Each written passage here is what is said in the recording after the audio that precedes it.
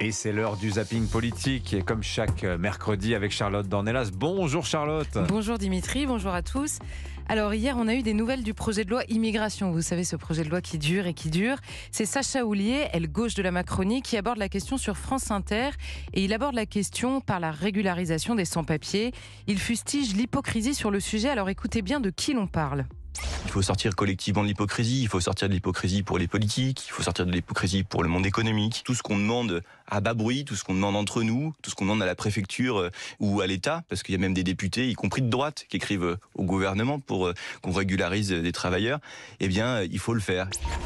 Voilà, donc on a les chefs d'entreprise, les hommes politiques jusqu'à la droite, nous dit-il. Mais les Français, ça n'intéresse pas grand monde apparemment, peut-être parce qu'ils sont les seuls à ne pas voir dans l'immigration un sujet d'abord économique. Bon, la révélation n'a pas tellement impressionné l'aile droite de l'échiquier politique cette fois-ci. Les LR sont décidément au centre de toutes les attentions. Jordan Bardella pose avec le dernier livre de Nicolas Sarkozy, ça n'a échappé à personne. Et le chef de file de Reconquête, Marion Maréchal, relance l'idée d'une union des droites en répondant à Bardella, justement. Rappelez-vous, c'était lundi dans le zapping d'Europe 1. Si la France est en danger de mort, comme le dit Marion Maréchal et Éric Zemmour, alors à ce moment-là, on ne se présente pas dans son coin pour faire 5 ou 6% à une élection et pour participer d'une forme de division des voix, au moment même, encore une fois, où nous devrions les unir. On ne désespère pas de voir Marion Maréchal rejoindre un jour le camp de ceux qui peuvent gagner. Voilà, donc c'était sur France 3 et le lendemain, Marion Maréchal lui a répondu sur Télématin cette fois-ci. Si aujourd'hui Jordan Bardella a changé d'avis et a évolué, j'ai envie de lui dire qu'il est prêt à travailler et à se mettre autour de la table avec des gens de LR comme par exemple, François-Xavier Bellamy, Nadine Morano, et autour de la table avec Reconquête, moi j'ai envie de dire que allons-y. Voilà, le serpent de mer de l'Union des droites est de retour. Et autrement, nous avons dans l'actualité des nouvelles des hijabeuses. Vous savez, ces femmes qui veulent jouer au foot en hijab et que le Conseil d'État avait renvoyé dans leur but en autorisant la fédération à interdire le voile.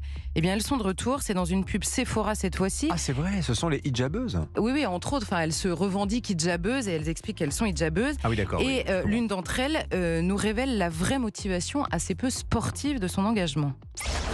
J'ai pas vraiment fait de foot en club parce que je me sentais pas forcément à ma place. Et vraiment, la première équipe à laquelle j'ai fait partie, c'est les hijabeuses. Je me sens à l'aise avec ce groupe parce que je retrouve des filles qui ont le même combat que moi. Voilà, donc pas de foot en club parce qu'elle ne se sentait pas à sa place, mais c'est en effet le même combat qui l'intéresse chez les hijabeuses, le même combat qui n'a pas grand-chose à voir avec le foot, vous l'aurez compris. Et l'offensive ne s'arrête pas au terrain de football. Pendant ce temps-là, ailleurs en France, ce sont des enfants toujours plus jeunes qui s'imposent, parfois au détriment d'autres élèves. On écoute cette fois-ci le directeur de la rédaction de Nice Presse. On parle par exemple de ces prières d'élèves de 8 ans dans les cours de récréation de Nice, ça c'était en juin. Autre fait, celui de petits qui refusent de manger avec d'autres en fonction de leur menu du midi. Il est arrivé que leurs enfants reçoivent des remarques à table ou qu'ils soient même mis à l'écart parce qu'ils consomment du porc. À chaque fois, ce sont des incidents isolés à la portée limitée, mais le symbole, eh bien, il reste inquiétant. Et malheureusement, en France, il n'y a pas que les symboles qui sont inquiétants, il y a aussi la violence. Beaucoup de familles la subissent partout en France et particulièrement à Marseille. Alors on écoute cette fois-ci un médiateur des quartiers nord intervenu sur CNews. Beaucoup parlent de fuir Marseille, de quitter Marseille. Il y a une peur collective qui est en train de s'installer. Donc comme ça l'a prouvé il y a 2 jours, même à la maison, on n'est plus à l'abri. Les gens ont réellement peur. Même chez eux, ils ne se sentent plus en sécurité. Et Sokaina, 24 ans, victime d'une balle perdue du trafic de drogue alors qu'elle était tranquillement chez elle, est décédée hier. Merci beaucoup Charlotte Dornelas. Votre zapping, comme chaque mercredi, votre regard sur l'actualité, donc illustré avec les sons de la presse et des médias. Merci, bonne journée Charlotte.